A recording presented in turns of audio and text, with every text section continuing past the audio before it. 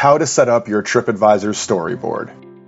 A storyboard combines images and user-generated review content to create a brief video introducing customers to your business. You will need to be a Tripadvisor Premium subscriber in order to publish your storyboard. Let's get started.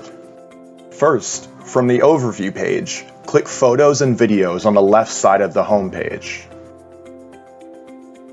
Select Storyboard and click Create or Manage Storyboard to make adjustments. Note, none of the changes you make here in the Storyboard editor will appear on your Tripadvisor page until you complete your storyboard and click Publish Now. Navigate between frames using the carousel at the top of the page or using the Next and Back buttons. On the right side of each frame, you can find a suggestion for what type of photo to display. To select or change the photo on a frame, click Update Photo and a photo gallery will appear at the bottom of the page. If you don't see a photo you like, you can always add more photos through the Manage Photos tool. Once you've selected a photo you like, click Next to move on to the next frame. Note, your changes save automatically.